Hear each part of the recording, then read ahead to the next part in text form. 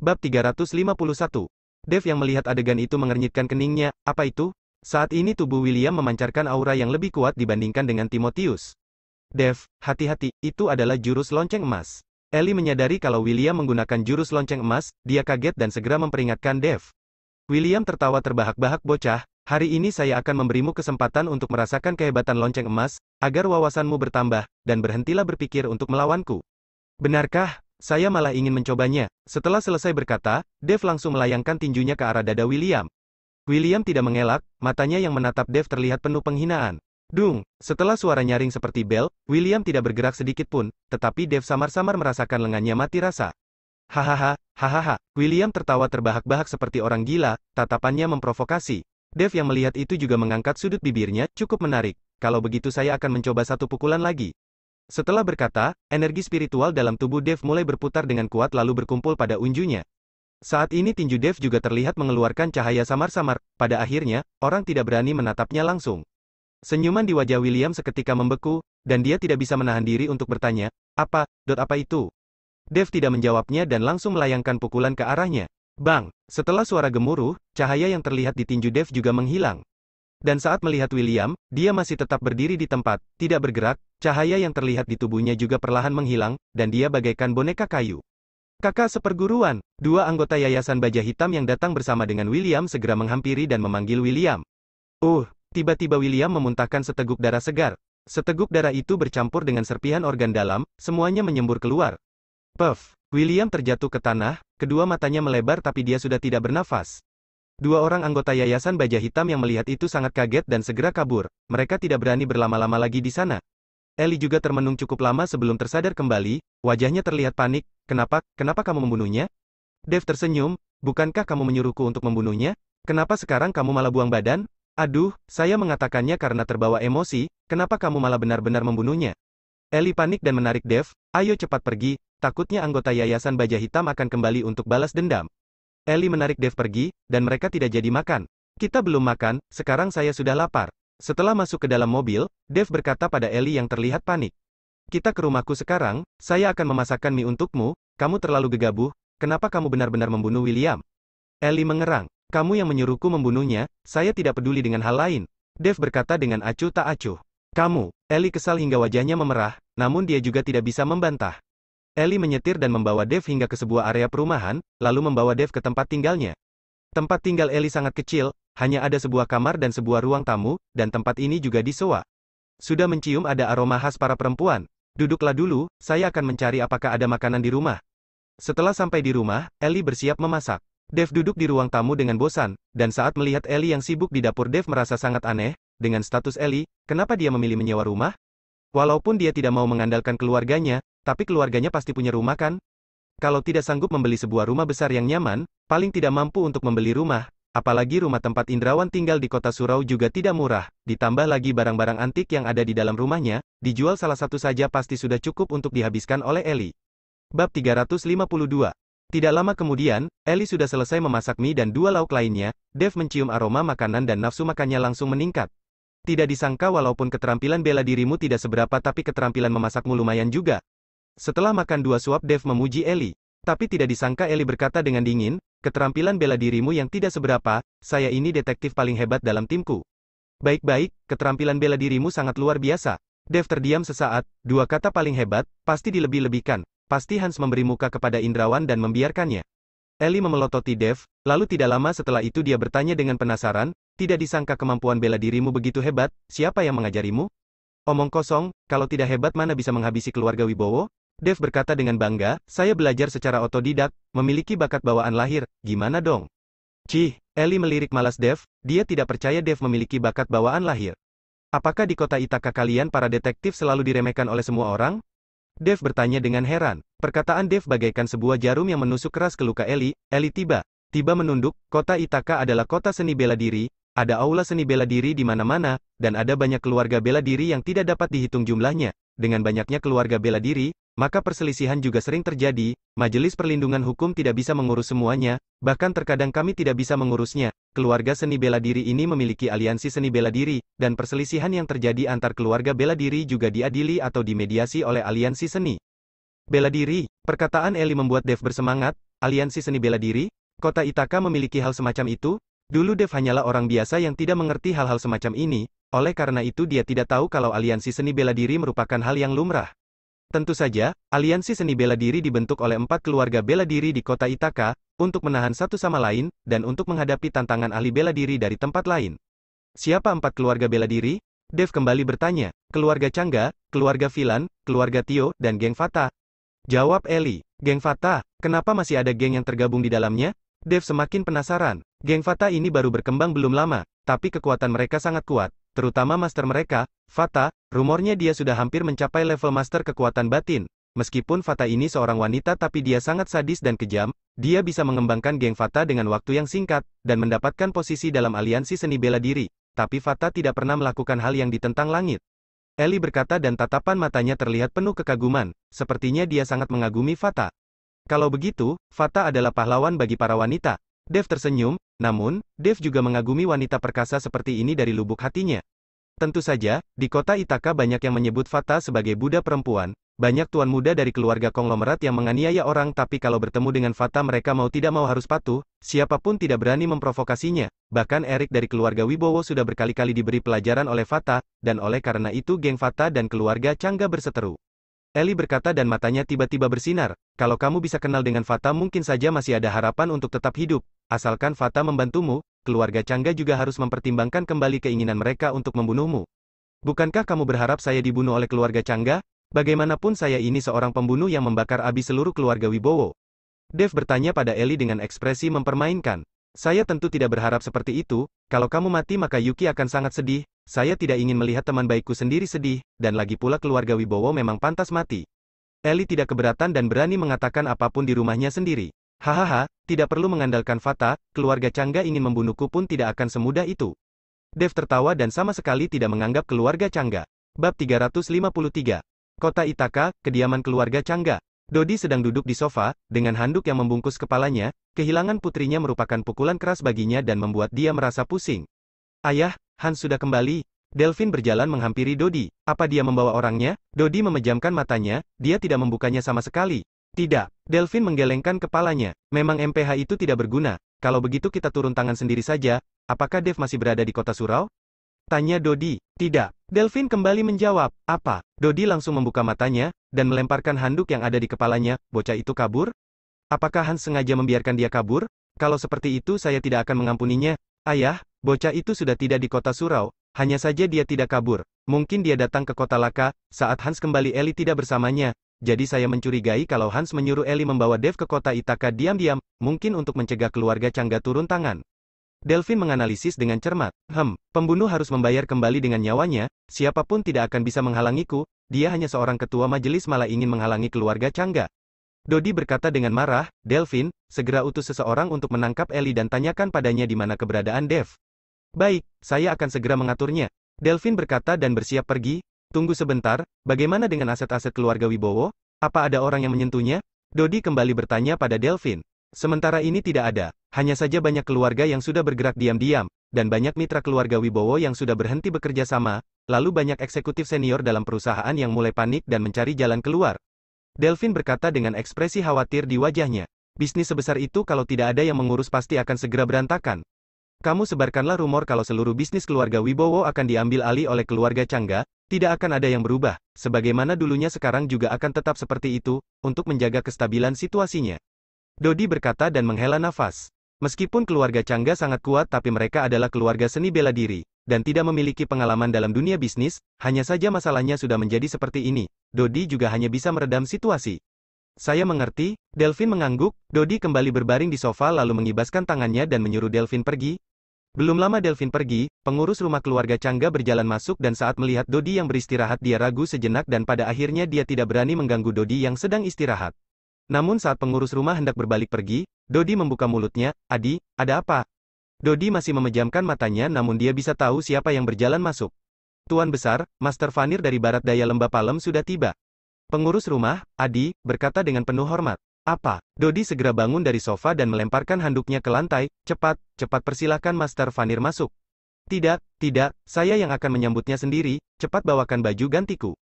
Dodi seketika panik dan mendesak Adi. Adi terkejut dan bergegas mengambilkan pakaian untuk Dodi, lalu mengikuti Dodi dari belakang dan bergegas berjalan keluar dari kamar. Pada saat ini, di luar villa keluarga Changga, terlihat seorang lelaki tua bagaikan dewa yang sedang berdiri dengan tenang. Master Vanir, maafkan saya, bawahanku berani membiarkanmu menunggu di luar, benar-benar pantas mati, saya akan menghukum mereka seberat mungkin. Dodi melihat Master Vanir dan langsung menyambutnya dengan penuh hormat. Tuan Dodi terlalu segan, bawahan Anda tidak salah, kenapa harus dihukum? Master Vanir tersenyum dan dia berkata dengan sedikit tidak percaya. Bab 354. Baik, saya akan menuruti perkataan Master Vanir, Master silakan masuk ke dalam. Dodi membuat isyarat mempersilahkan dan mengundang Master Vanir ke dalam. Master Vanir masuk ke ruang tamu dan Dodi sendiri yang menuangkan teh dan memberikannya kepada Master Vanir dengan penuh hormat. Master Vanir mengangguk dan merasa sangat puas dengan sikap Dodi. Master Vanir, apakah sebelum Anda kemari, penguasa Adira sudah menyampaikan pesan kepadamu? Dodi bertanya dengan ragu. Hahaha, masalah Tuan Dodi sudah diberitahukan penguasa kepadaku, sebelum saya kemari, saya juga sudah menyiapkan pil penambah usia untuk Tuan Dodi, saya jamin Tuan Dodi akan hidup lebih dari 100 tahun. Master Vanir tertawa, terima kasih banyak Master Vanir, Anda pasti sudah kelelahan dalam perjalanan panjang, sebaiknya Anda istirahat dulu, saya sudah mengutus seseorang untuk menyiapkan bahan obat yang diperlukan untuk membuat pil obat, sepertinya 2 hari lagi sudah akan tersedia. Dodi berkata dengan bersemangat. Master Vanir mengangguk dan bangkit berdiri hendak beristirahat. Namun baru berjalan 2 langkah dia kembali menoleh ke arah Dodi, entah Tuan Dodi tahu kesukaan saya atau tidak? Tahu, saya tahu kesukaan Master Vanir, dan sudah menyiapkannya sejak awal untuk Master Vanir. Dodi menganggukkan kepalanya. Hahaha, kalau begitu baguslah. Master Vanir diantar menuju kamar untuk beristirahat, lalu Dodi berpesan kepada Adi, Adi, segera bawakan gadis-gadis yang kita rekrut untuk Master Vanir, setiap hari 2 gadis, jangan sampai lupa, lalu pastikan semua gadis yang disiapkan masih perawan. Baik Tuan Besar, Adi mengangguk lalu pergi. Rumah Eli, Dev sedang berbaring di sofa dan beristirahat, Eli keluar untuk bertemu dengan Hans untuk membicarakan bagaimana mereka harus menangani Dev, sekarang mereka udah bisa membuat keputusan, hanya saja Eli tidak ingin menyerahkan Dev kepada keluarga Changga. Dan saat Dev sedang berbaring dan beristirahat, ada suara yang terdengar dari pintu rumah, seseorang sedang membuka pintu menggunakan kunci, Dev mengira Eli sudah pulang jadi dia tidak memperdulikannya. Tapi siapa tahu saat pintu terbuka, yang masuk adalah seorang pemuda berkacamata yang berusia sekitar 20 tahun. Pemuda itu melihat Dev yang berbaring di sofa dan kebingungan, siapa kamu? Kenapa kamu ada di sini? Pemuda itu bertanya pada Dev dengan wajah kagetnya. Dev juga seketika panik, dia mengira pemuda ini adalah pacarnya Eli dan segera berkata, saya hanya beristirahat sementara di sini, tidak ada maksud lain. Kamu seorang pria dewasa, beristirahat di rumah kakakku masih mengatakan tidak ada maksud lain? Bagaimana kamu bisa masuk? Saya beritahu, kakakku adalah seorang detektif, kamu berani masuk ke dalam rumahnya dia pasti akan memukulimu sampai mati. Pemuda itu mengancam Dev lalu meraih sapu yang ada di sampingnya dan menatap Dev dengan waspada. Dev yang mendengar kalau pemuda ini adalah adik Eli seketika merasa lega, melihat pemuda yang panik itu dia tidak bisa menahan tawanya, kamu adalah adiknya Eli ya? Saya dibawa kemari oleh kakakmu, dia keluar sebentar karena ada urusan dan menyuruhku menunggunya di sini, kamu tidak perlu panik, saya bukan orang jahat, saya juga kenal dengan kakekmu, Indrawan.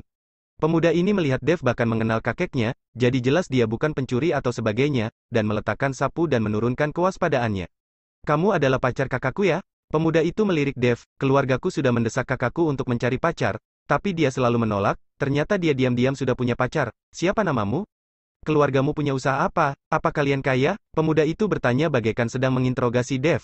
Dev tercengang, dan saat dia hendak menjelaskan kalau dia bukan pacarnya Eli, di saat itu Eli sudah pulang. Evan, kenapa kamu datang lagi ke rumahku? Eli melihat adiknya dan berkata dengan tidak senang. Bab 355. Kak, kenapa kamu tidak bilang kamu sudah punya pacar? Saya kan bisa memberimu nasihat. Lihatlah pakaian anak ini, dia tidak terlibat seperti orang kaya. Evan melirik Dev lalu berkata dengan nada menghina. Wajah Eli memerah dan berteriak marah pada Evan, diam, ini temanku bukan pacarku, jangan bicara sembarangan. Akui saja, kalau bukan pacarmu mana mungkin kamu membawanya ke rumah? Evan melirik malas kepada Eli, saya datang ke rumahmu saja sudah membuatmu marah, mana mungkin kamu membiarkan teman biasa masuk ke rumahmu, saya tidak peduli dia pacarmu atau bukan, pinjamkan dulu saya uang untuk bersenang-senang, saya sudah tidak punya uang. Saya juga tidak punya, sudah berapa banyak uangku yang kamu pinjam? Eli langsung menggelengkan kepalanya. Kak, kalau kamu tidak mau meminjamkan uang kepadaku maka saya akan memberitahu keluarga kita tentang pacarmu. Evan berkata dan mengeluarkan ponselnya untuk memotret Dev, lalu berkata dengan bangga, saya akan meminta keluarga kita untuk memberimu sedikit nasihat, dan menilai pacarmu. Hapus foto itu, saya sudah bilang dia bukan pacarku, dia hanya temanku. Eli hendak merebut ponsel Evan, tapi Evan tidak mau memberikannya, kedua kakak beradik itu kejar-kejaran di dalam rumah. Dev menonton dari samping, rasa iri terlihat jelas pada wajahnya, terkadang dia juga berpikir betapa bagusnya kalau dia punya sepasang adik, dia pasti akan sangat memanjakan mereka. Sudahlah, kamu hapus fotonya dan saya akan memberikan uangnya padamu, katakan berapa yang kamu butuhkan kali ini? Ellie berkata pada Evan dengan terengah-engah. Sebenarnya dengan kemampuan Ellie dia bisa merebut ponsel Evan dengan mudah, karena bagaimanapun Ellie juga sudah terlatih. Hanya saja Ellie tidak mau turun tangan pada adiknya sendiri. Evan tersenyum, tidak banyak, hanya 100 juta. Berapa? 100 juta? Ellie seketika berteriak kaget. Apa kamu tahu berapa gajiku sebulan? Kamu berani meminta 100 juta dariku? Saya tidak punya. Kalau kamu tidak punya, kakak iparku mungkin punya. Setelah berkata Evan menoleh ke arah Dev, kakak ipar, apa kamu punya uang? Pinjamkan dulu 100 juta kepadaku, kalau saya tidak sanggup membayarnya, kamu potong saja dari mabar yang akan kamu berikan kepada kakakku. Dev yang mendengarnya langsung tertawa, dia merasa adiknya Ellie ini cukup menarik. Punya, berikan nomor rekeningmu padaku, saya akan mentransferkannya untukmu. Dev mengeluarkan ponselnya, tidak usah pinjam, anggap saja saya memberikannya padamu. Dengan hubungan Dev dan Indrawan, memberi 100 juta untuk cucunya tidak termasuk apa-apa. Benarkah? Evan tercengang. Tentu saja, Dev memperlihatkan ponselnya kepada Evan, saya tidak kekurangan 100 juta itu. Bagi Dev saat ini uang 100 juta tidak seberapa. Melihat saldo yang tertera di ponsel Dev, Evan seketika termenung, dan memeluk Dev dengan gembira, kakak ipar, kamu memang kakak iparku, kedepannya kalau kakakku berganti pacar saya tidak akan menganggapnya, saya hanya menganggapmu seorang sebagai kakak iparku. Ellie menatap Evan dengan wajah kesalnya lalu berkata pada Dev, Dev, jangan berikan dia uang, dia hanya tahu berfoya-foya. Hanya saja Dev tetap mentransfer 100 juta itu kepada Evan, dan itu membuat Evan sangat bahagia. Kakak ipar, ayo bertukar nomor ponsel, nanti malam saya akan mengajakmu keluar minum, saya sudah familiar dengan kota Ithaka, lagi pula kalau menyebut namaku, tidak ada orang yang tidak mengenalnya. Evan menambahkan nomor ponsel Dev dan pergi dengan senang. Ellie duduk di sofa dengan pasrah, dan menatap Dev dengan kesal, siapa yang menyuruhmu memberikan dia uang? Hanya 100 juta, itu tidak banyak. Dev tersenyum, anak ini selalu bermain-main saat dia punya uang, oleh karena itu ayah dan ibuku selalu mengendalikannya dan tidak pernah memberi dia uang. Ellie menghela nafas lalu menoleh ke arah Dev, saya pasti akan mengembalikan 100 juta itu kepadamu, semoga anak itu tidak berbicara sembarangan di luar. Bab 356. Ellie sekarang khawatir kalau Evan akan berbicara sembarangan di luar dan mengatakan kalau Dev adalah pacarnya. Kalau itu sampai terdengar oleh Yuki, bagaimana dia harus menghadapi Yuki, memalukan sekali. Tidak perlu mengembalikannya, 100 juta itu anggap saja sebagai biaya tinggal dan makanku di sini, saya tidak akan tinggal dan makan gratis di rumahmu. Dev berkata lalu mengambil sebuah apel dan menggigitnya. Kamu masih berencana tinggal di rumahku? Ellie melirik Dev dan berkata, tadi saya dan ketua majelis sudah berdiskusi, sementara ini kami tidak akan menyerahkanmu kepada keluarga Changga, hanya saja saat ini keluarga Changga pasti sudah mencarimu kemana-mana, saya akan mencarikan sebuah hotel kecil untukmu lalu mencari kesempatan untuk memperkenalkanmu pada Fata, dengan begitu kamu mungkin masih bisa selamat. Dev terdiam, melihat Ellie yang berusaha memikirkan cara untuk menyelamatkannya membuat Dev merasa terharu. Saya rasa dengan kemampuan keluarga Changga, hotel terpencil manapun akan bisa ditemukan oleh mereka, masih lebih aman tinggal di sini. Dev berkata sambil tersenyum. Ellie menatap Dev dengan tatapan waspada, kamu bukan ingin melakukan sesuatu padaku kan? Saya beritahu, saya tidak akan pernah mengkhianati temanku sendiri, kalau kamu berani macam-macam padaku, saya akan memberitahu Yuki. Dev terlihat tak berdaya, kamu berpikir terlalu jauh, di hatiku hanya ada Yuki, jadi saya tidak akan berbuat macam-macam padamu, tenang saja. Kalau begitu sementara ini kamu tidur saja di sofa, Ellie berkata lalu masuk ke kamarnya untuk berganti baju. Di malam hari, Ellie memasak dan makan bersama dengan Dev, dan pada saat itu, Evan datang. Kenapa lagi kamu kemari? Ellie melihat Evan dan mengernyitkan keningnya. Wangi sekali. Evan melihat lauk yang ada di meja dan tidak segan-segan, dia langsung mengambil mangkuk dan sumpit lalu mulai makan. Sambil makan dia berkata, kamu masih mengatakan hanya teman, kalau hanya teman apa kamu akan membuatkan dia makanan? Kalau teman biasa mana mungkin dia tidur di sini malam ini? Tutup mulut busukmu itu, saya dan Dev memang hanya teman biasa. Ellie memelototi Evan. Setelah makan Evan menggertakkan giginya dan berkata pada Dev, kakak ipar, malam ini saya akan membawamu bersenang-senang, lalu memperkenalkanmu pada temanku, kedepannya kalau kamu mengalami masalah di kota Ithaka, tinggal buka mulut saja. Dev baru ingin menjawab tapi Ellie sudah berbicara dulu, tidak boleh, dia tidak boleh kemanapun. Kak, kalian kan belum menikah, kenapa kamu sudah mengawasinya seketat itu? Hati-hati tidak ada yang mau dengan harimau betina sepertimu. Evan menjulurkan lidahnya. Aku akan membunuhmu. Ellie kesal dan hendak memukul Evan tapi Evan malah bersembunyi di balik tubuh Dev. Saya hanya keluar sebentar, tidak akan ada masalah. Dev tahu kalau Ellie takut anggota keluarga Changga akan menemukannya. Ellie melihat Dev sendiri bersedia pergi, jadi dia tidak melarangnya lagi. Setelah turun, Dev naik ke mobil Evan, sebuah BMW yang entah sudah bekas berapa orang tapi Evan masih mengemudikannya dengan bahagia. Di tengah perjalanan, Evan menjemput seorang gadis, paha mulus dan ramping gadis itu terbuka dan pakaiannya sangat mempesona, dan riasannya juga sangat menggoda, dilihat saja sudah tahu kalau dia bukan gadis biasa. Setelah gadis itu masuk ke dalam mobil, dia melihat Dev yang ada di kursi belakang dan mengangkat alisnya, "Kakak tampan, siapa namamu?" "Namaku Lily, apa kamu tertarik untuk mengenal lebih dalam?" Lily berkata dan mengulurkan tangannya dan hendak mengelus wajah Dev, tapi Dev malah mengelak. "Hahaha, cukup pemalu, jangan-jangan masih perjaka ya?" Lily tertawa, "Jangan sembarangan, dia kakak iparku." Evan memelototi gadis itu lalu berkata dengan canggung kepada Dev, "Kakak ipar, sifat Lily memang seperti ini, dia suka bercanda, jangan diambil hati." Dev tersenyum dan bertanya, "Pacarmu?" Evan hanya bergumam dan tidak memberikan jawaban atas pertanyaan Dev. Bab 357. Tetapi saat Lily mendengar itu dia seketika berhenti, "Evan, dasar brengsek, saya ini bukan pacarmu, lagi pula kamu mana bisa menghidupiku, orang tuamu sangat pelit, 1 sen pun tidak diberikan kepadamu, mana bisa kamu mendapat pacar?" Perkataan Lily membuat Evan malu, tapi dia juga tidak tahu bagaimana membantalinya. Dev melihat Evan dan tersenyum tak berdaya, dia akhirnya tahu kenapa orang tuanya tidak mau memberikan uang kepadanya. Segera, Dev dan yang lainnya sampai di Harubar, banyak mobil mewah yang terparkir di depan baru, sedangkan Evan hanya bisa memarkirkan BMW bekasnya di ujung. "Kakak ipar, ini adalah bar terbaik di kota Laka, saya akan membawamu minum di dalam." Setelah memarkirkan mobilnya Evan berkata pada Dev dengan semangat, "Jangan panggil saya kakak ipar, saya bukan kakak iparmu, panggil saja saya Kak Dev." Dev melihat Evan yang terus memanggilnya kakak ipar merasa lebih baik kalau dia memperingatkannya. "Ini sudah zaman apa, kenapa masih begitu kolot? Cepat atau lambat kamu akan menjadi kakak iparku, saya hanya menggunakan sapaan itu lebih dulu, jangan begitu kolot, ayo masuk." Evan seolah tidak peduli dan menarik Dev masuk ke dalam bar. "Evan, kamu baru keluar untuk memungut uang ya, tumben sekali datang bermain ke tempat seperti ini?" Lily yang berjalan masuk ke bar bertanya pada Evan dengan nada mengejek. "Saya tidak memungut uang, tapi kakak iparku punya uang, saya beritahu ya, di dalam ponsel kakak iparku saldo rekeningnya mencapai puluhan miliar, saya sudah melihatnya." Evan berbisik pada Lily dan tatapan Lily terhadap Dev seketika berubah. Meskipun Evan berbisik tapi Dev bisa mendengarnya dengan jelas. Melihat anak itu terus pamer, Dev kehilangan kata-kata, kalau tahu seperti ini dia tidak akan memperlihatkannya.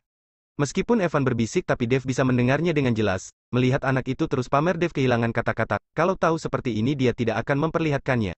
Setelah mencari tempat duduk Evan langsung memesan 2 botol Remy Martin, yang 1 botolnya saja sudah mencapai ratusan juta, tapi karena ada Dev di sini, Evan tidak takut sedikit pun. Lily langsung duduk di samping Dev, dan terus menyenggol Dev dengan tubuhnya, lalu berkata dengan centil, "Tuan muda Dev, sepertinya kamu baru pertama kali datang ke tempat seperti ini ya?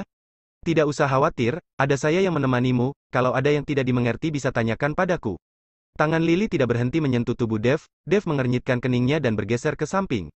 "Lily, saya sudah bilang, dia itu kakak iparku, lagi pula saya membayarmu untuk menemaniku, cepat kemari." Evan melihat Lily bersikap seperti itu dan menjadi marah. "Cih, hanya membayar 50 juta per jam, kamu kira saya peduli padamu? Paling-paling saya tidak mau menerima uangmu, saya mau menemani siapa itu terserah padaku." Lily memutar matanya malas, dan tidak berniat pergi menemani Evan. Menurut Lily, orang seperti Dev adalah orang dari desa yang kaya mendadak, namun tidak tahu bagaimana cara membelanjakannya, dan saat melihat kehidupan di kota mereka tidak tahu harus melakukan apa. Orang seperti ini paling gampang diperdaya, asalkan mereka masuk perangkap maka dia bisa memeras mereka hingga tuntas, 1 sen pun tidak akan tersisa oleh karena itu Lily lebih memilih membuang Evan dan menemani Dev. Dan itu membuat Evan sangat kesal, saat alkohol yang dia pesan diantarkan dia langsung meneguk habis semuanya sendiri. "Bukankah ini Tuan Muda Evan? Kenapa punya uang untuk bermain di tempat seperti ini? Memesan Remy Martin pula?" Saat itu, beberapa pemuda yang sedang berkeliling datang menghampiri, dan seorang pemuda yang mengenakan Armani sedikit kaget saat melihat Evan. Evan melirik pemuda itu dan berkata dengan sedikit tidak senang, "Edo, di sini tidak ada urusanmu jangan menggangguku." Evan yang suasana hatinya sudah buruk menjadi lebih kesal setelah mendengar perkataan pemuda itu. Tapi tidak disangka Edo tercengang dan tertawa terbahak-bahak. "Tuan muda Evan ternyata sudah punya nyali ya, berani berbicara seperti itu padaku?" Bab 358. Edo berkata sambil melihat Lily yang ada di seberang dan meneruskan ucapannya, "Pantas saja Tuan muda Evan kita punya nyali hari ini. Ternyata dia sudah mengajak wanita pujaannya keluar, lumayan juga ingin menunjukkan kebolehan di depan wanita pujaannya ya." Setelah berkata, Edo menarik Lily dan melingkarkan tangannya pada pinggang Lily. "Nora Lily, temani Tuan muda bermain bagaimana?" "Tuan muda Edo, saya sedang ada pelanggan, tidak bisa pergi begitu saja. Lain hari saya baru menemani Tuan muda Edo untuk minum ya." Lily berkata sambil tersenyum. Dia jarang-jarang punya kesempatan bertemu dengan orang bodoh seperti Dev, mana boleh dilepaskan begitu saja. Piak, siapa sangka, Edo langsung melayangkan tamparan pada Lily. "Sialan, hanya seorang pelacur saja berani menawar padaku?" Wajah Lily yang ditampar memerah dan tatapannya terlihat teraniaya, dan tidak berani mengatakan apapun lagi.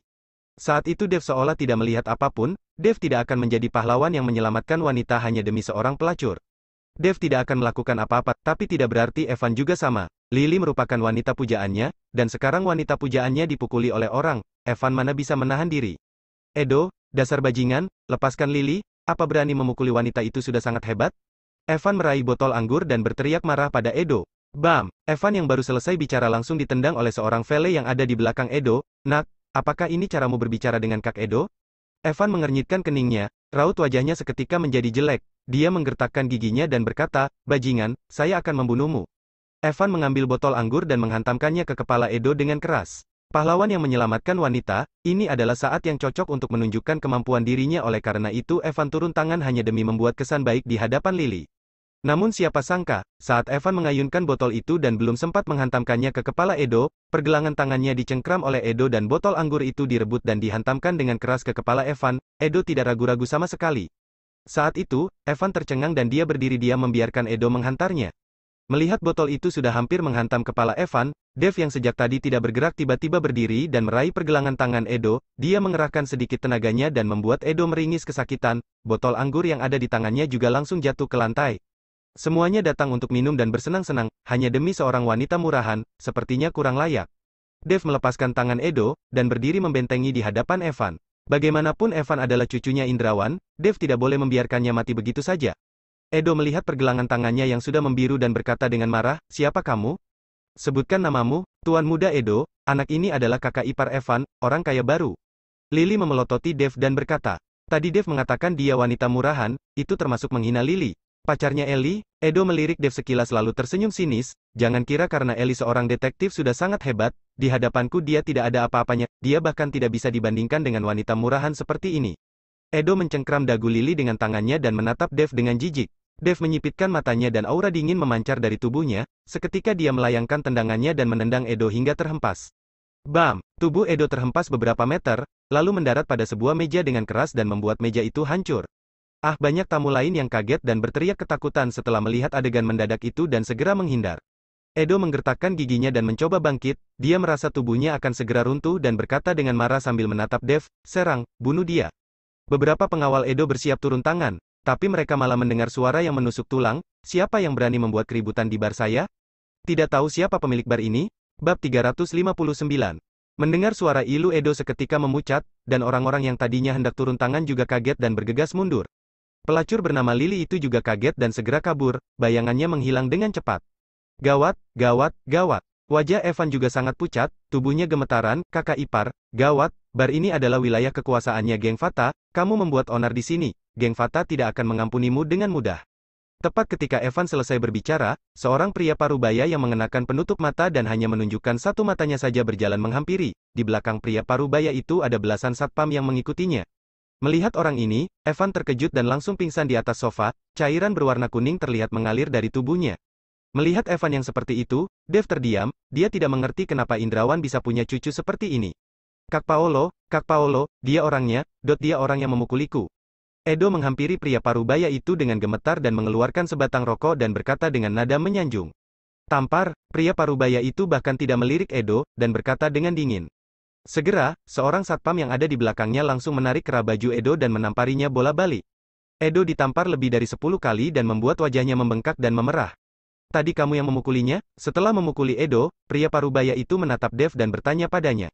Benar, Dev mengangguk. Tampari, pria parubaya itu mendengus dan satpam itu berjalan menuju ke arah Dev. Dan saat baru mengangkat tangannya, Dev sudah meraihnya terlebih dulu, kalian tidak menanyakan duduk perkara dan langsung memukuli orang begitu saja? Melihat Dev berani melawan, pria parubaya itu mengernyitkan keningnya, berani membuat onar di tempat saya, Paolo si mata satu, kedua belah pihak akan mendapatkan hukuman yang sama, lalu berani bertanya alasannya, apa kamu sedang merusak aturanku? Saya mendengar kalau anggota geng Fata adalah orang yang adil dan beradab, dan master kalian juga seperti Buddha hidup, lantas seperti ini cara kalian melakukannya. Dev mulai memiliki kesan buruk terhadap geng Fata.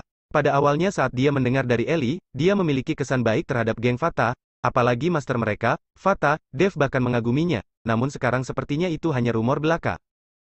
Bagaimana cara geng Fata melakukannya tidak perlu dikomentari oleh bocah sepertimu, tampari dirimu sendiri sebanyak 10 kali, lalu saya akan mengurusi masalah kalian yang berkelahi.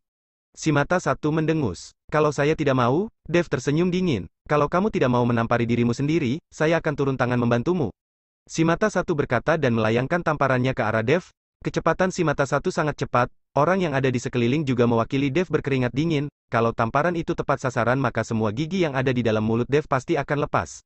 Melihat si mata satu turun tangan, Dev menyeringai dan langsung mengulurkan tangannya untuk meraih pergelangan tangan si mata satu. Saya ini orang yang suka berbicara logika, kenapa kamu malah mau turun tangan memukuliku?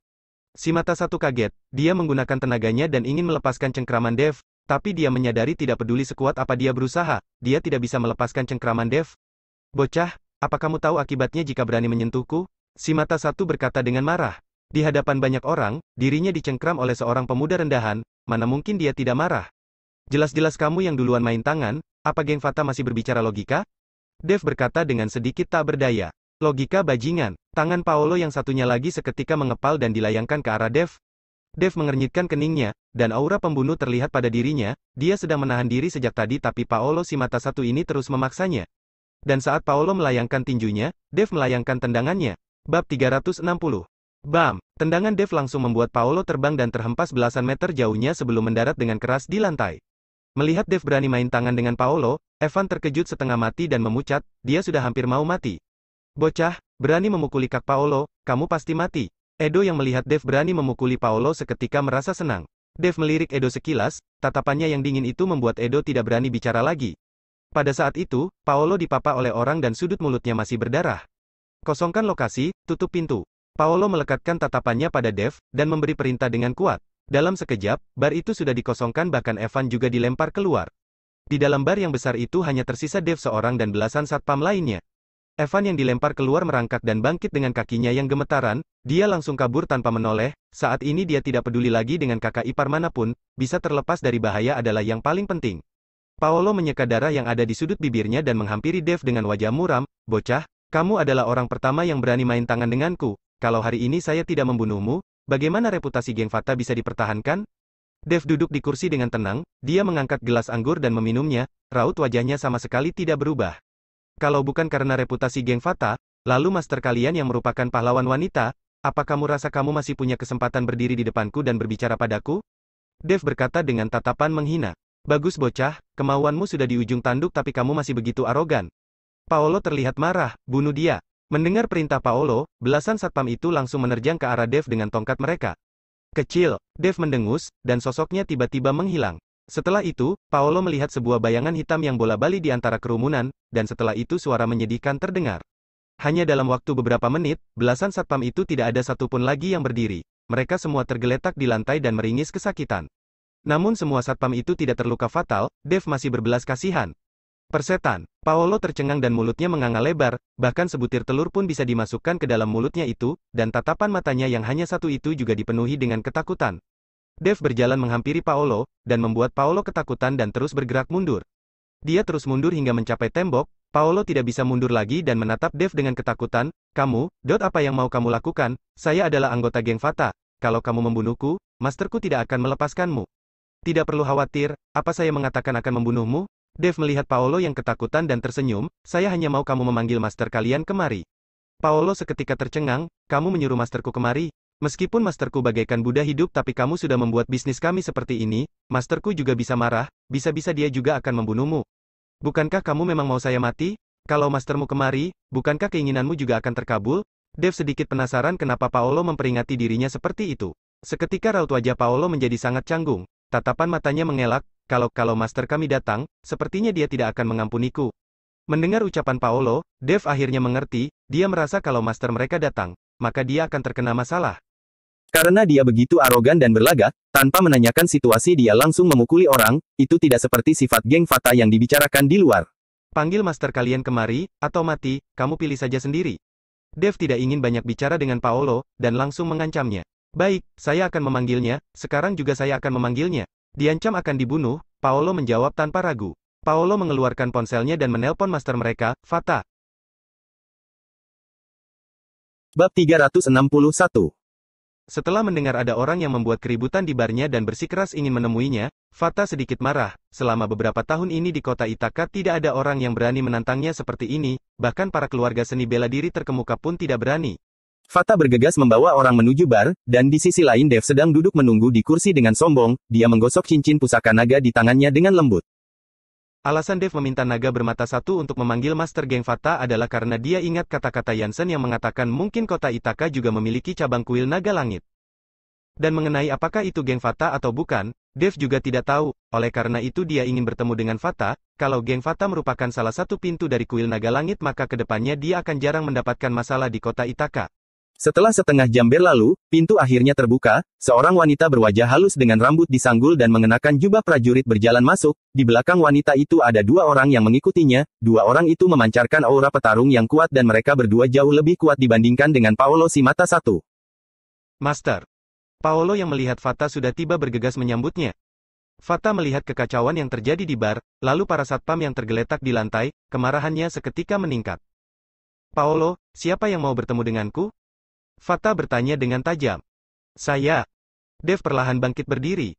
Dan saat melihat Fata untuk pertama kalinya, Dev merasa sedikit heran. Dia tidak menyangka Fata ternyata begitu cantik. Dev mengira seorang wanita yang bisa bertarung pasti jelek. Siapa kamu? Punya dendam apa dengan geng Fata? Meskipun Fata sedang marah saat ini tapi dia tetap mengontrol dirinya dan tidak langsung main tangan, melainkan bertanya kepada Dev terlebih dulu. Kita tidak punya dendam apapun. Dev menggelengkan kepalanya. Lalu kenapa kamu membuat onar di barku? Fata mengemitkan keningnya. Pada saat itu Paolo sudah berkeringat dingin, dia takut kalau Dev akan menceritakan kejadian sebenarnya, kalau seperti itu, dia pasti akan dihukum. Tapi Dev tidak mengatakan apapun, dia sengaja memperlihatkan cincin pusaka naga di hadapan Fata, dan matanya diam-diam melirik ekspresi Fata. Dan saat Fata melihat cincin pusaka naga yang ada di tangan Dev, dia langsung tercengang, kedua matanya melebar dan ada cahaya yang melintas di matanya, namun cahaya itu sirna dengan cepat dan Fata membenahi ekspresinya seperti semula. Meskipun perubahan ekspresi itu sangat cepat tapi Dev tetap menangkapnya, dan Dev merasa senang dalam hati lalu merasa lega. Keluar kalian semua, jaga semua pintu masuk dan keluar dengan ketat, tanpa perintah dariku, tidak ada orang yang boleh masuk. Fata memerintah dengan keras. Meskipun para bawahannya ragu, tapi karena ini perintah dari Master, mereka tentu tidak berani membantah, dan segera membawa belasan satpam yang tergeletak di atas lantai keluar, dan menjaga seluruh pintu keluar masuk dengan ketat. Dan saat di dalam bar hanya tersisa Dev dan Fata, Fata seketika berlutut dengan satu kakinya dan berkata dengan ekspresi bersemangat, saya Fata, Master Geng Fata, memberi hormat kepada penguasa kuil naga langit. Karena Dev sudah tahu sejak awal, jadi dia tidak merasa heran dan hanya tersenyum, bangunlah. Fata bangkit berdiri dan menunggu instruksi Dev dengan wajah penuh hormat. Tidak perlu begitu formal, duduklah. Dev melambaikan tangannya pada Fata, Fata duduk di hadapan Dev, dan Dev sendiri menuangkan segelas anggur untuk Fata. Penguasa, entah hal apa yang tiba-tiba membawamu datang ke kota Ithaka dan mengunjungi geng Fata. Fata bertanya dengan kebingungan. Kedatanganku ke kota Ithaka karena ada orang yang memaksaku, dan saya datang mencarimu hanya karena iseng, tidak disangka geng Fata benar-benar merupakan salah satu pintu masuk kuil naga langit. Apa kamu tahu pintu masuk kuil naga langit yang lainnya terlihat seperti apa? Dev bertanya pada Fata. Bab 362. Fata menggelengkan kepalanya, penguasa, kuil naga langit memiliki total 13 cabang sebagai pintu masuk, hanya saja sesama cabang kami tidak pernah saling berhubungan, oleh karena itu kami juga tidak saling mengenal, lantas penguasa lama tidak memberitahukan padamu? Saat mengingat Ryu, Dev hanya terdiam. Ryu yang berada di dalam penjara selalu mengajarinya berlatih setiap hari, kalau tidak berlatih dia hanya minum alkohol dan tidur. Entah dari mana pria tua itu mendapatkan alkohol, bahkan dia meminum setiap hari. Dan pada akhirnya dia menyerahkan cincin pusaka naga kepadanya dan tidak memberitahukan kepada Dev cincin apa itu, dan di mana cabang pintu masuk itu. Kalau bukan karena bertemu dengan Yansen, Dev bahkan tidak tahu kalau cincin itu adalah cincin pusaka naga. Jangan dibahas lagi. Dev menghela nafas, hanya saja sekarang saya sudah menemukan dua pintu masuk, yang satu adalah geng Fata milik kalian, lalu yang satu lagi adalah Yayasan Nusantara yang ada di kota Surau. Penguasa, maksud Anda adalah ketua mafia di kota Surau, Yansen? Fata sedikit kaget. Benar, itu dia. Dev menganggukkan kepalanya. Ternyata Yansen dan saya sama, benar-benar tidak menyangka. Fata sedikit kaget dan tersenyum lalu bertanya pada Dev, penguasa, Anda mengatakan kalau Anda dipaksa datang ke kota Ithaka, apakah Anda mendapatkan masalah? Saya menghabisi keluarga Wibowo, sekarang keluarga Changga berkata kalau mereka akan membunuh seluruh keluargaku, jadi demi keselamatan keluargaku, saya datang ke kota Ithaka. Dev menjelaskan dengan tenang dan tersenyum. Nama penguasa adalah Dev. Fata tiba-tiba meninggikan suaranya dan terlihat sangat kaget.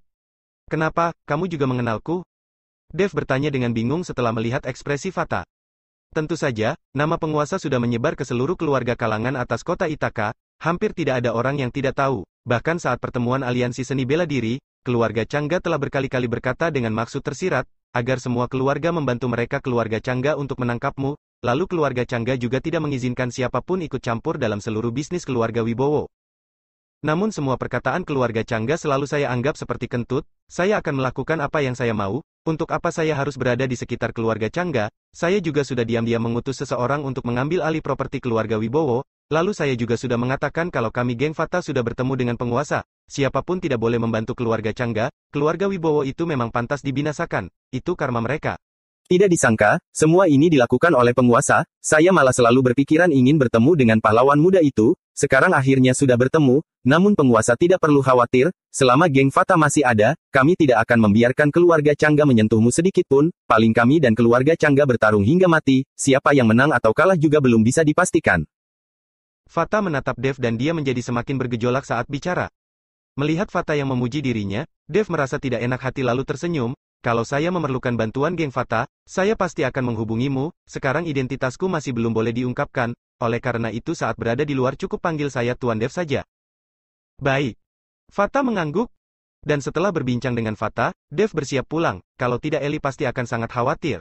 Dan saat Dev dan Fata berjalan keluar dari bar, orang-orang di sekitar yang sudah dijaga ketat oleh anggota geng Fata langsung berkerumun, saat melihat Fata keluar, Paolo bergegas menghampiri, Master, Anda tidak apa-apa.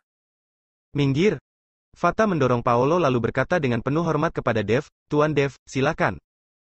Dev mengangguk kecil dan berjalan keluar dari bar, melihat Fata yang bersikap hormat kepada Dev, semua orang tercengang, terutama Paolo si mata satu, dagunya bahkan sudah hampir lepas. Seluruh anggota geng Fata, dengarkan perintah. Fata tiba-tiba berteriak. Brak-brak. Seluruh anggota geng Fata berlutut dengan satu kaki dan bersiap menerima perintah. Mulai hari ini dan seterusnya, semua orang harus mematuhi perintah Tuan Dev, dan siapa saja yang berani melanggar perintah akan dieksekusi. Siap laksanakan? Seluruh anggota geng Fata berkata serempak. Paolo seketika gemetaran, dia terkejut dan hampir mengompol. Setelah berdiri dengan gemetaran, Paolo tidak berani menatap Dev sama sekali. Dev tersenyum kecil, dia menepuk pundak Paolo, dan pergi tanpa mengatakan apapun. Bab 363. Di rumah Eli. Pada saat itu Eli sedang menonton televisi dengan bosan, dia menyemprotkan sedikit parfum di dalam rumah, dan memikirkan akan tinggal bersama dengan Dev, hati Eli masih sedikit kalut. Tok tok tok. Tiba-tiba suara pintu diketuk terdengar, Eli mengira Dev sudah pulang jadi dia berdiri dan bergumam, Evan anak ini juga tidak mengantarkanmu sampai ke dalam, kalau saya tidak di rumah bagaimana kamu bisa masuk? Eli berkata sambil membuka pintu rumah, namun saat pintu terbuka, terlihat dua orang pria yang mengenakan setelan jas berdiri di luar dengan wajahnya yang datar. Melihat Eli membuka pintu, salah satu pria itu berkata, kamu Nona Eli kan? Benar.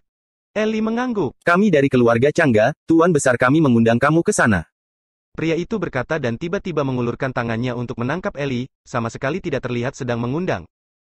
Eli terkejut dan melangkah mundur dengan cepat, lalu hendak menutup pintu.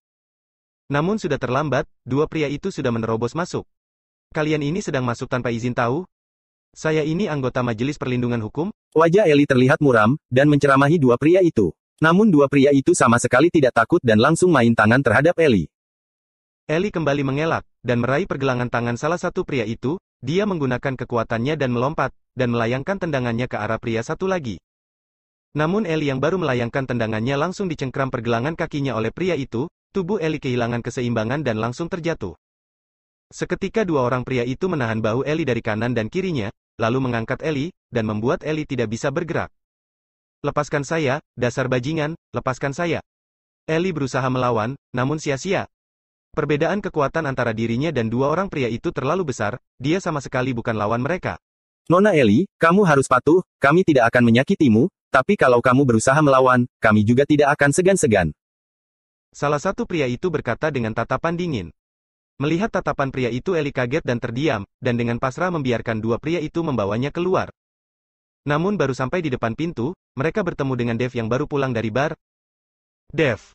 Eli yang melihat Dev langsung berteriak. Dev tercengang, dan melirik dua pria itu sekilas, dua pria itu juga bertukar pandang dan salah satu di antara mereka tiba-tiba melayangkan tendangan ke arah Dev. Hati-hati, mereka ulusan keluarga Changga. Eli memperingatkan Dev. Dan saat pria lainnya yang menahan Eli melihat itu, dia mengulurkan tangannya dan memukuli bagian belakang kepala Eli dan membuat Eli pingsan. Seketika, dua orang pria itu menerjang ke arah Dev bersamaan. Tatapan Dev menjadi dingin dan langsung menyambut mereka, dia mengulurkan kedua tangannya untuk meraih pergelangan tangan dua pria itu, dan kedua pria itu seketika terhenti. Ini. Dua orang pria itu menunjukkan ketakutan. Meskipun mereka berdua tidak termasuk ahli bela diri di keluarga Changga, tapi kalau mereka berdua menggabungkan kekuatan, mereka bahkan bisa bertarung dengan ahli kekuatan batin. Tapi menghadapi Dev, kedua orang itu langsung dikendalikan dan hal ini membuat kedua pria itu sangat kaget. Krek. Tanpa keraguan dan belas kasihan, Dev langsung mematahkan pergelangan tangan kedua pria itu. Ah! Teriakan melengking terdengar dari mulut keduanya, dan mereka langsung berkeringat dingin. Kenapa kalian menangkap Ellie? Dev bertanya kepada dua pria itu. Kamu tidak tahu. Dua pria itu serempak menggelengkan kepalanya. Bab 364. Dev tiba-tiba mengangkat kakinya dan langsung menendang lutut kedua pria itu, seketika kaki mereka berdua bengkok dengan aneh, dan semuanya patah. Teriakan menyedihkan kembali terdengar, namun kali ini Dev tidak menanyakan apapun, dia melanjutkan aksinya dan mematahkan seluruh kaki dan tangan kedua pria itu, dan langsung membuat mereka berdua cacat. Melihat dua orang yang tersungkur di tanah dengan wajah penuh kesakitan, Dev berkata dengan dingin, kenapa kalian menangkap Ellie? Itu perintah dari Tuan Besar kami, katanya dia ingin mendapatkan informasi keberadaanmu dari mulut Nona Ellie.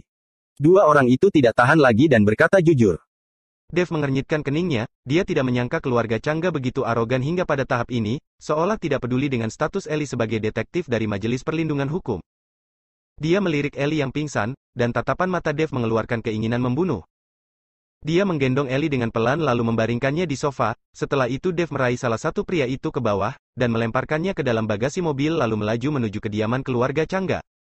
Pada saat itu kediaman keluarga Changga masih terang benderang. Di salah satu kamar di kediaman keluarga Changga, terdengar raungan dari dua remaja, raungan itu seperti berasal dari jurang neraka, dan ada suara tawa yang berasal dari kamar yang sama.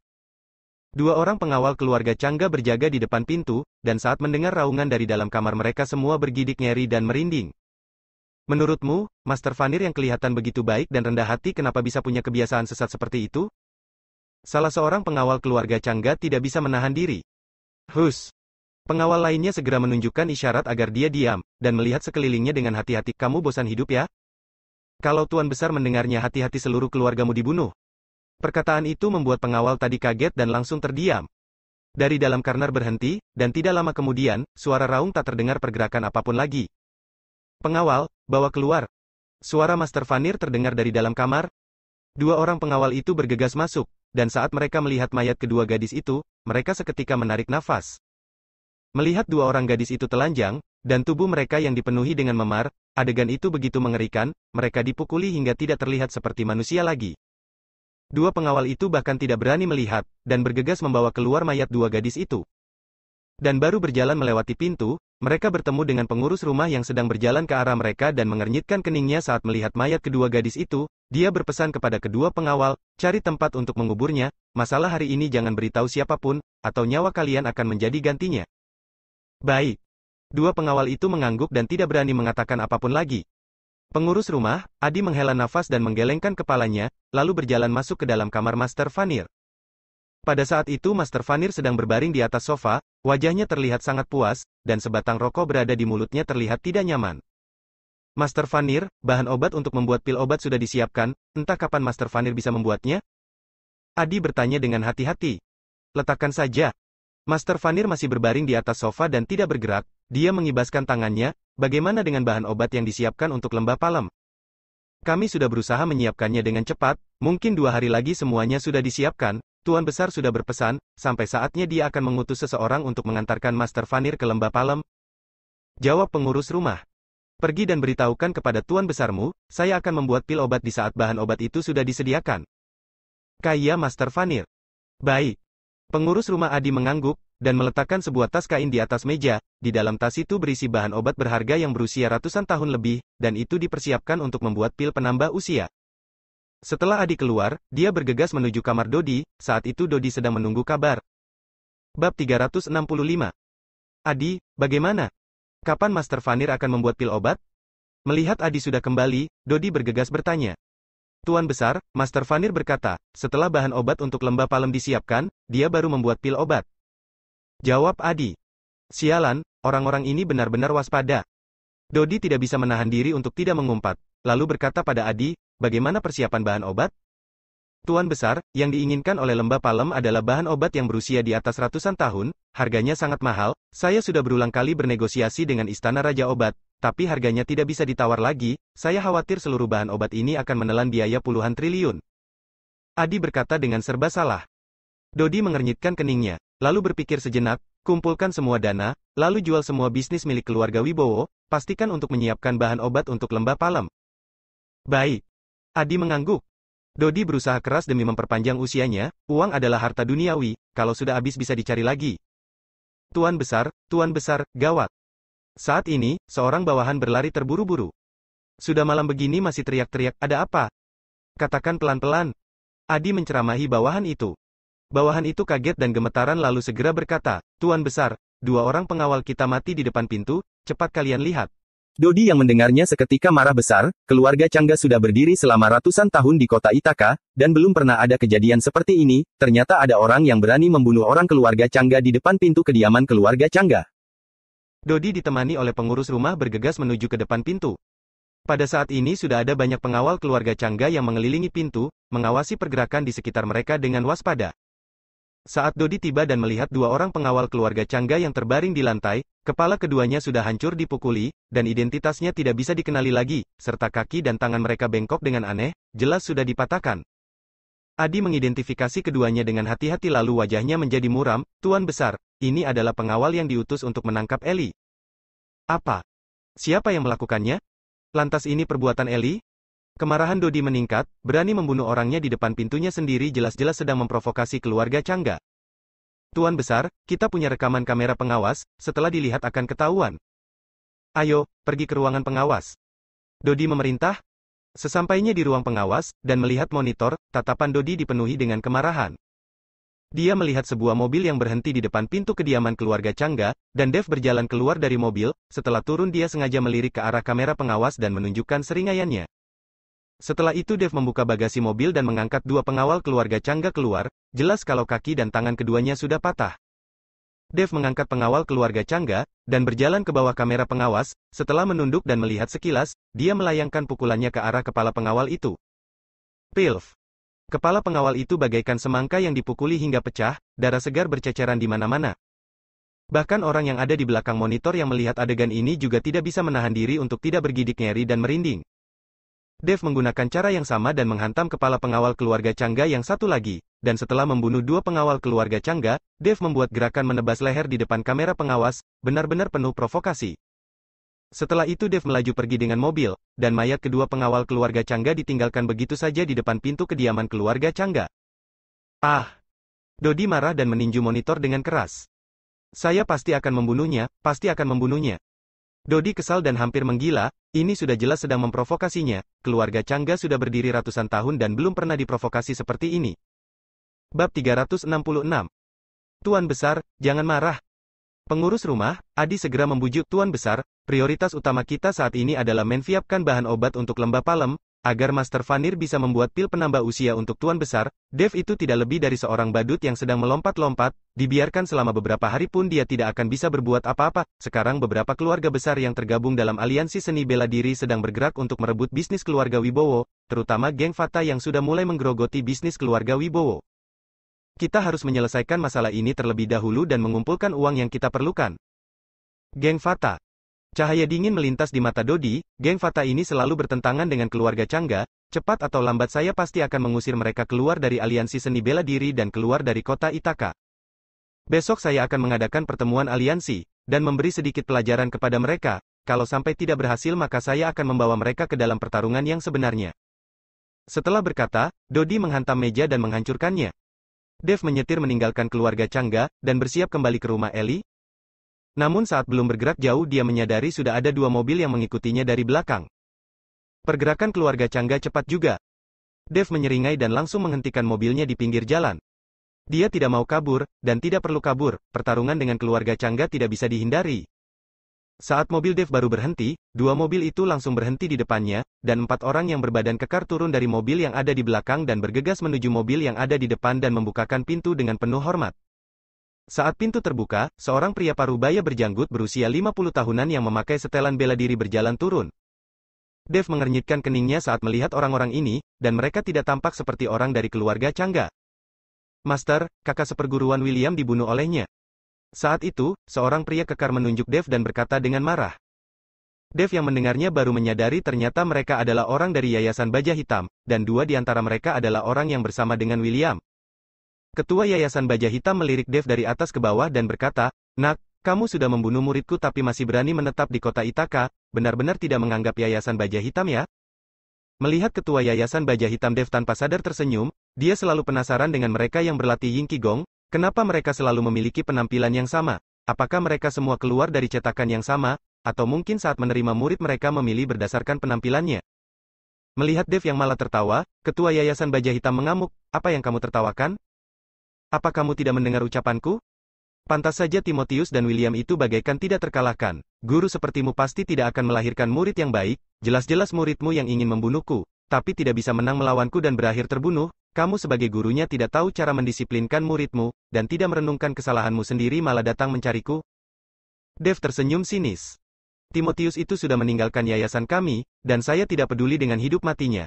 Namun William adalah muridku, saya tidak peduli kenapa dia mau membunuhmu. Tapi kamu tidak boleh membunuhnya, kalau tidak kamu akan menjadi musuh dari Yayasan Baja Hitam." Urat-urat biru terlihat jelas di kening Ketua Yayasan Baja Hitam, dia jelas sangat marah. "Lalu kenapa kalau saya menjadi musuh Yayasan Baja Hitam? Kalau punya kemampuan, silakan turun tangan, kalau tidak, sekarang juga, saya bukan orang yang suka memamerkan diri dengan mulut." Dev menatap Ketua Yayasan Baja Hitam dengan tatapan muak. "Bocah sialan, kamu orang pertama yang berani berbicara seperti itu padaku." Ketua Yayasan Baja Hitam mengamuk, dan memancarkan aura kemarahan dari tubuhnya dan menekan Dev. Samar-samar cahaya kuning keemasan terlihat di sekujur tubuh Ketua Yayasan Baja Hitam, seperti dewa yang turun dari langit. Dan dalam sekejap pasir dan batu yang ada di sekitaran mulai berterbangan dan angin bertiup dengan kencang, para murid Yayasan Baja Hitam yang melihat ini langsung bersembunyi di samping. Melihat Ketua Yayasan Baja Hitam menunjukkan kemampuannya, Dev terlihat tenang dan menyeringai, "Kamu memang lebih hebat dibandingkan dengan muridmu, tapi kalau mau mencabut nyawaku dengan kekuatanmu itu, masih terlalu jauh." Bab 367. Melihat Dev tetap tenang, Ketua Yayasan Baja Hitam mengernyitkan keningnya, semburan auranya begitu kuat dan bahkan seorang ahli kekuatan batin pun tidak akan bisa menahannya tapi Dev yang ada di depannya seolah tidak mengalami apapun. "Nak, kamu memang memiliki sedikit kemampuan, hanya saja hari ini kamu bertemu denganku, maka kematian akan menjadi tujuanmu." Ketua Yayasan Baja Hitam berteriak dengan marah, langsung meningkatkan auranya sampai batas ekstrim, tekanan yang menakutkan kembali menyelimuti Dev dan para murid Yayasan Baja Hitam melangkah mundur satu persatu dan bersembunyi. "Bocah ingusan, kalau kamu tidak punya trik lain, saya akan pergi." Dev melihat Ketua Yayasan Baja Hitam seperti itu dan menatapnya dengan tatapan penghinaan dan bersiap pergi. Ketua Yayasan Baja Hitam tercengang, ini membuatnya merasa malu. Di depan muridnya sendiri dia diremehkan oleh seorang pemuda berusia 20 tahunan, bagaimana dia bisa bertahan lagi setelah ini? "Bocah, matilah." Ketua Yayasan Baja Hitam mengamuk dan melayangkan tinju besinya ke arah Dev, setiap langkahnya begitu kuat bagaikan gempa bumi yang membuat suara dentuman. Dev menghentikan langkahnya, dan tidak menoleh sama sekali, aura menakutkan tiba-tiba keluar dari tubuhnya, dan aura itu menekan Ketua Yayasan Baja Hitam dengan kuat, dan membuatnya seketika berhenti dan retakan mulai muncul di tanah keras yang ada di bawah kakinya. Raut wajah Ketua Yayasan Baja Hitam berubah, tatapan matanya menunjukkan ketidakpercayaan, dia tidak menyangka Dev masih muda tapi memiliki aura yang begitu menakutkan.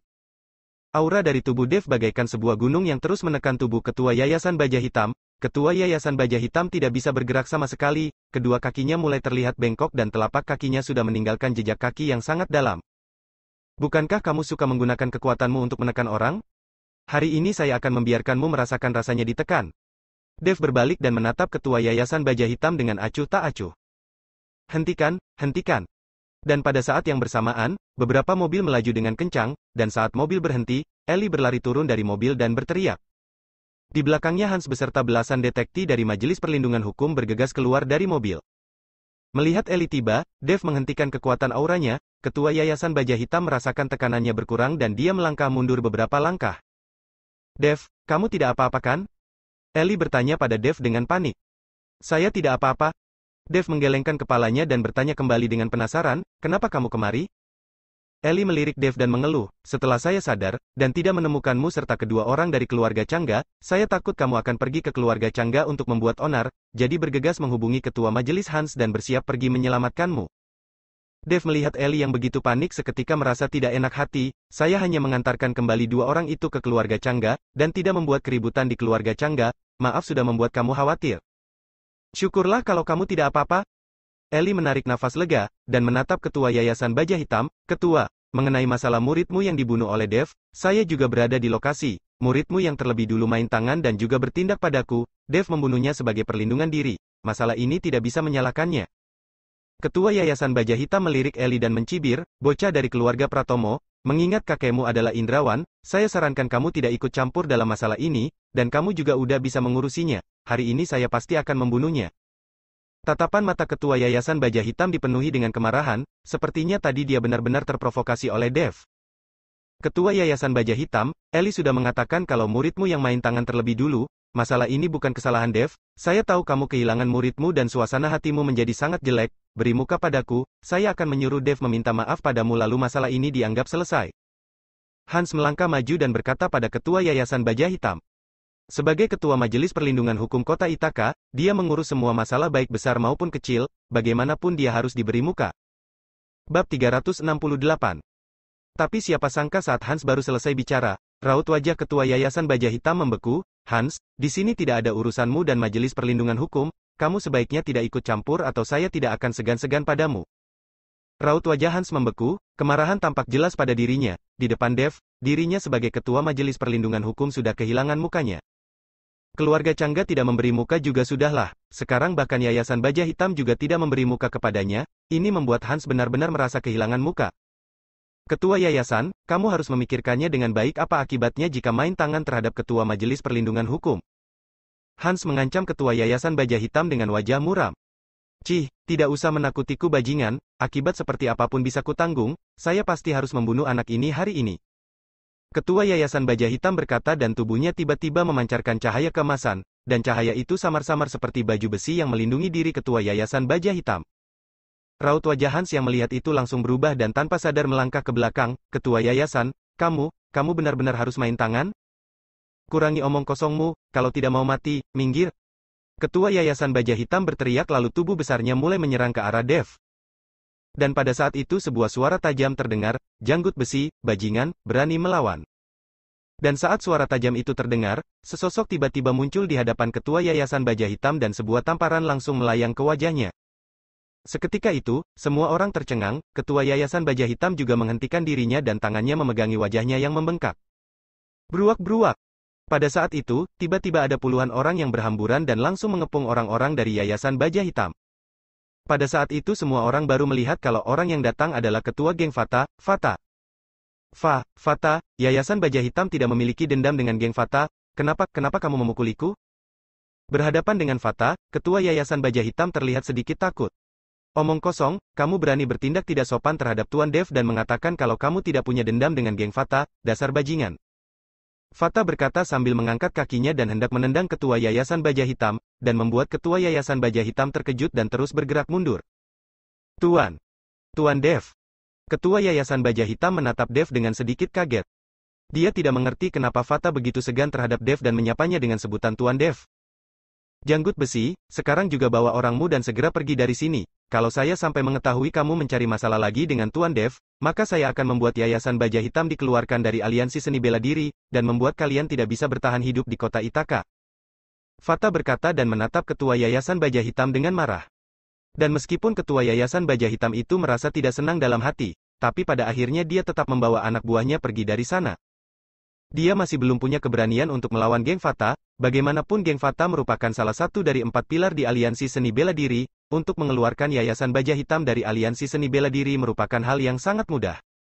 Apalagi dengan kekuatan Fata yang begitu kuat, dia tahu dirinya bukan lawannya, jadi dia segera pergi membawa anak buahnya. Tuan Dev, kamu tidak apa-apa kan? Setelah mengusir orang dari Yayasan Baja Hitam, Fata berjalan ke hadapan Dev dan bertanya dengan penuh hormat. Dev tersenyum kecil dan menggelengkan kepalanya. Melihat Fata yang begitu segan terhadap Dev, Ellie serta Han sedikit kebingungan, dan mereka menatap Dev dengan kaget, tatapan mereka dipenuhi dengan ketidakpercayaan. Ketua Majelis, hari ini sangat berterima kasih kepadamu. Dev berkata pada Hans. Tidak peduli bagaimanapun, Hans sudah membelanya hari ini. Tidak perlu sungkan, saya tidak melakukan apapun, karena sudah tidak ada masalah, kalau begitu saya pergi dulu. Hans tersenyum canggung dan membawa orangnya pergi. Pada saat itu dalam hati Hans hanya dipenuhi oleh ketidakberdayaan, dia tiba-tiba menyadari kalau dirinya sebaiknya tidak ikut campur dalam masalah Dev. Awalnya dia mengira Dev tidak berdaya, dan tadi dia masih berniat menyuruh Dev meminta maaf kepada ketua Yayasan Baja Hitam. Tapi melihat situasi saat ini, entah semenakutkan apa kekuatan yang ada di belakang Dev, bahkan Fata yang merupakan ketua geng Fata saja begitu sungkan terhadapnya, Hans tiba-tiba menyadari kalau dalam seluruh permasalahan ini, dirinya adalah orang yang paling tidak memiliki kekuatan. Bab 369. Bagaimana kamu dan Fata bisa saling mengenal? Dalam perjalanan pulang, Ellie bertanya kepada Dev dengan penasaran. Apanya yang bagaimana saling mengenal? Dev berpura-pura bodoh. Jangan berpura-pura, itu adalah Fata ketua geng Fata, kenapa dia begitu sungkan padamu? Jangan beritahu diriku kalau dia tertarik padamu. Ellie yang duduk di kursi penumpang samping melekatkan tatapannya pada Dev, seolah dia bisa melihat sesuatu dari ekspresi Dev. Namun pada saat itu Dev tetap tenang, dia tidak menunjukkan perubahan ekspresi apapun, dan Ellie tidak bisa menebak dari ekspresi wajahnya. Mungkin tebakanmu benar, mungkin saja Fata menyukaiku, lagi pula wanita mana yang tidak menyukai pria tampan. Dev bercanda. Sudahlah jangan terlalu percaya diri, kalau kamu tidak mau mengatakannya turun dari mobil sekarang juga, saya tidak akan memperdulikanmu lagi. Ellie mengancam Dev. Dev tersenyum pasrah, dan hanya bisa menceritakan kembali bagaimana dia mengikuti Evan ke Harubar, lalu ada konflik yang muncul dan bagaimana dia bisa mengenal Fata. Tentu saja dia tidak mungkin memberitahukan Ellie bahwa Fata adalah bawahannya dan kuil naga langit, jadi dia hanya bisa mengatakan kalau dia dan Fata bertarung dan Fata kalah jadi dia merasa sangat menghormatinya. Kamu bahkan mengalahkan Fata? Ellie yang mendengarnya seketika kaget. Apa yang mengejutkan dari mengalahkan dirinya? Dev bertanya pada Ellie dengan bingung. Kalau kamu bisa mengalahkan Fata, mungkin kamu juga bisa mengalahkan Dodi. Dodi memang sudah mencapai tahapan master kekuatan batin sejak lama, tapi Fata juga tidak kalah hebat, rumornya dia juga sudah mencapai tahap master kekuatan batin, kalau memang benar maka tidak perlu takut lagi dengan keluarga Changga. Wajah Ellie terlihat bersemangat, kalau Dev benar-benar bisa mengalahkan Dodi maka masalahnya akan bisa diatasi dengan mudah. Lalu apa? Saya sudah mengatakan sejak awal, saya sama sekali tidak menganggap keluarga Changga. Dev mengutarakan ketidaksetujuan. Sudahlah, jangan berlagak lagi. Keluarga Changga tidak hanya ada seorang Dodi, kamu harus lebih berhati-hati terhadap hal yang perlu diperhatikan. Ellie memadamkan api semangat Dev. Hanya saja Dev juga udah memperdulikannya, tidak peduli keluarga Changga punya ahli seperti apa Dev tidak akan menganggap mereka, meskipun para ahli bela diri dan kultivator tidak memiliki kekuatan yang sama, untuk apa takut. Saat sampai di tempat tinggal Ellie, sudah tengah malam, dan Ellie yang sudah mengantuk sedang mandi dan hendak bersiap-siap tidur, pada saat itu Evan tiba-tiba datang. Dan saat Evan memasuki rumah, dan melihat Dev yang sedang berbaring di sofa, dia bagaikan seseorang yang baru bertemu dengan hantu dan berteriak kaget. Evan, sudah tengah malam begini kenapa kamu datang kemari? Dan berteriak seperti orang gila. Ellie bergegas keluar dan berteriak pada Evan. Kak, dia, bukankah dia sudah mati? Tubuh Evan bergetar dan menunjuk Dev yang berbaring di atas sofa. Sudah mati. Ellie tercengang. Pada saat itu Dev membuka matanya dan menatap Evan, siapa yang memberitahumu saya sudah mati? Orang yang menyinggung Paolo dari geng Fata, sudah tidak ada satupun yang masih hidup, lantas Paolo mengampunimu. Evan bertanya dengan tidak percaya. Dev tersenyum, dan tidak memperdulikan Evan lagi, bocah ini terlalu pengecut. Bicara sembarangan apa kamu? Semua ini salahmu yang membawanya ke bar, dan mengusik geng Fata, kalau tidak sejak awal tidak akan ada masalah. Ellie menceritakan bagaimana Dev mengalahkan Fata di bar kepada Evan. Dan dia juga menceritakan bagaimana Fata bersikap sangat segan kepada Dev. Evan yang mendengarnya seketika bersemangat. Astaga, kakak ipar, tidak disangka kamu sangat hebat hingga bisa mengalahkan Fata? Kalau begitu lain kali walau bertemu dengan orang dari geng Fata kita juga bisa berjalan dengan kepala terangkat kan? Evan melompat ke sisi Dev dan menatap Dev yang berada di sofa. Melihat Dev tidak menjawabnya, Evan terus berkata kakak ipar, kenapa kamu tidak tidur di kamar kakakku? Ini sudah zaman berapa, meskipun belum menikah, tidur bersama juga sudah hal yang biasa, jangankan hanya tidur bersama, meskipun hamil sebelum menikah juga sudah bukan masalah. Bab 370. Evan, bicara sembarangan apa kamu? Saya akan menendangmu sampai mati. Wajah Ellie memerah dan menendang Evan dengan keras. Meskipun sudah ditendang, tapi Evan masih berkata, Kak, kamu ini sangat kolot, pantas saja kamu masih belum bisa mendapatkan pacar setelah setua ini. Padahal kakak iparku sudah bertahan dengan susah payah, kamu harusnya lebih menghargainya, kenapa kamu malah membiarkan dia tidur di sofa? Kakak ipar, bangunlah, saya akan membawamu tidur di hotel ternama, saya jamin pasti kamu akan tidur dengan nyaman. Evan mengguncang tubuh Dev. Tidak mau, saya khawatir kalau ada masalah kamu akan kabur lagi. Dev berkata dengan mata terpejam. Evan yang mendengarnya langsung menjadi canggung, namun dia masih berkata dengan tidak tahu malu, kakak ipar, saya bukan kabur, saya pergi mencari orang untuk menyelamatkanmu. Evan, nya sekarang juga. Ellie menghampiri Evan dan menjewer telinganya lalu mengusir Evan keluar. Bam! Setelah pintu tertutup, Ellie masih merasa kesal, adiknya ini benar-benar tidak berguna, takutnya satu generasi mereka ini akan membuat status keluarga Pratomo menurun. Dev melirik diam-diam Ellie yang masih kesal dan tidak bisa menahan tawanya.